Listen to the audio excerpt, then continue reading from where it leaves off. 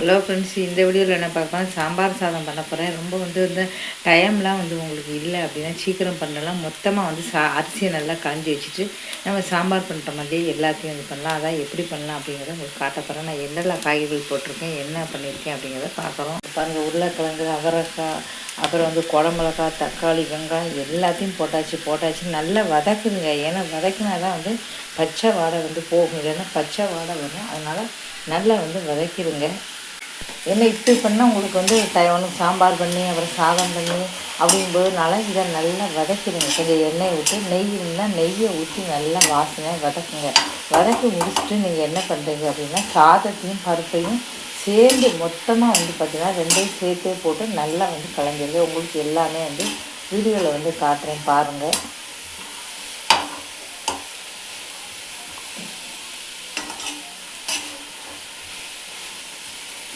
பாருங்கள், இது பச்சை வாடை வரும். அதனால் எல்லாமே நல்லா வதக்குங்க. இல்லை நீங்கள் இன்னொன்று கூட செய்யலாம். லாஸ்ட்டில் பார்த்திங்கன்னா கடுகு உளுத்தம் பருப்பு பண்ணிவிட்டு போட்டு அதில் கூட வெங்காயம் வதக்கி கடைசியில் அதில் கூட நீங்கள் கொட்டிக்கலாம். அப்படியே பண்ணிக்கலாம். ஆனால் நான் இப்படியே போடலான்னு பண்ணுறேன். ஆனால் கடுகு உளுத்தம் பருப்பு மட்டும் தனியாக பண்ணி வச்சுட்டு அப்புறம் கடைசியில் போட்டுக்க போகிறேன். மற்றபடி அதுவும் கருவேப்பிலையும் மற்றபடி எல்லாமே நான் போட்டுட்டேன். இப்படி பாருங்கள். இது கொஞ்சம் பச்சை வாடை அடிக்கிறதுனால ஒரு 5 நிமிஷம் 10 நிமிஷம் நல்லா உங்களுக்கு வதங்கட்டும். இன்னும் வேகும்போது பார்த்திங்கன்னா அப்புறம் சுகம் இருக்காது.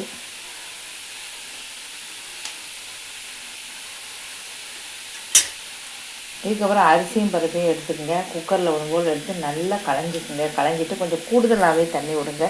கம்மியாக விடாதீங்க. இப்போ பாருங்கள், அரிசி பருப்பை நல்லா களைஞ்சாச்சு. பாருங்கள், அரிசி பருப்பு ரெண்டையும் சேர்த்து எடுத்து கலந்துருக்கேன். எவ்வளோ போடுவீங்களோ பாருங்கள். எத்தனை பேருக்கு போனால் 2 பேருக்கு போட்டிருக்கேன். எப்பவும் போடுறது அரிசியோடு கொஞ்சம் கம்மியாக போடுறேன். எப்போ அரை இது போடுவேன்னா கொஞ்சம் கம்மியாக போட்டிருக்கேன். ஏன்னா பார்த்தா இவ்வளோ வேகும்போது கொஞ்சம் நிறைய வந்துடும். அதே மாதிரி பார்த்தீங்கன்னா புளி கரைச்சி வச்சுருக்கேன். இப்போ உப்பு, மஞ்சப்பொடி, இப்போ இதில் என்னெல்லாம் போட போகிறேன், உப்பு போட போகிறேன், மஞ்சப்பொடி போட போகிறேன், காரப்பொடி, அப்புறம் சாம்பார் பொடி. இதை போட்டுட்டு இந்த காய்கறி இதில் போட்டு நல்லா கிண்ட போகிறேன். கிண்டினா தான் உங்களுக்கு எல்லாமே போட்டு கிண்டிட்டு வச்சிட போகிறேன். கடைசியில் கடுகு உளுத்தம் பருப்பு மட்டும் நீங்கள் இதில் கருவேப்பிலை எல்லாம் போட்டுட்டு நெய்யை நல்லா ஊற்றி போட்டிங்கன்னா சாம்பார் சாதம் நல்லாயிருக்கும். எல்லாமே நான் காட்டுறேன். இப்போ இது எல்லாத்தையுமே நான் இப்போ போட போகிறேன்.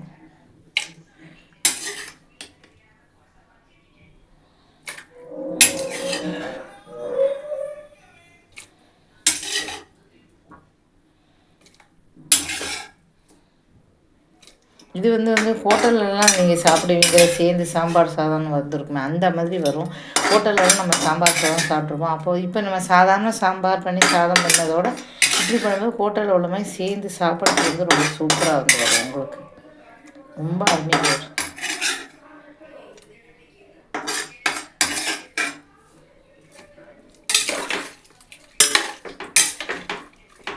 இப்போ உப்பு மஞ்சள் அப்படி அதெல்லாம் போடலாம்.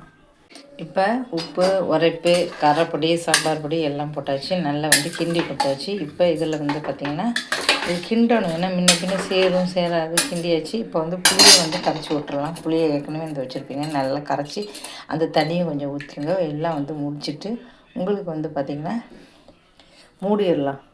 இதில் பார்த்திங்கன்னா கடுகு, உளுத்தம்பருப்பு, கருவேப்பிலை போட்டு வெங்காயம் கொஞ்சம் போட்டுட்டு உங்களுக்கு கருவேப்பிலை நீங்கள் வெங்காயம் இருந்தால் வெங்காயம் நீங்கள் போட்டுக்கலாம். ஃபஸ்ட்டு போட்டு இப்போயும் கொஞ்சம் போட்டுக்கலாம். இருந்தால் போட்டுட்டு நல்லா கொத்தமல்லியை லாஸ்ட்டு வச்சுக்கோங்க. கட் பண்ணி வச்சுக்கோங்க. கடைசியில் போடலாம்.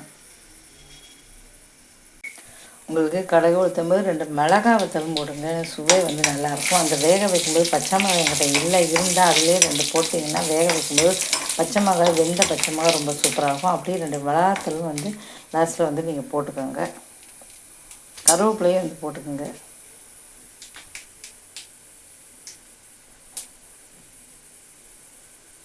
அவ்வளோதான். இங்கே பாருங்கள் போட்டாச்சு. இப்போ நம்ம வெயிட் பண்ணுறோம். விசில் வரட்டும். விசில் வந்ததுக்கப்புறம் நம்ம பார்த்துக்கலாம். சாம்பார் சாதம் சூப்பராக வந்திருக்கு. இந்த வீடியோ பிடிச்சா மறக்காம சேனலை சப்ஸ்கிரைப் பண்ணுங்கள். நன்றி, வணக்கம்.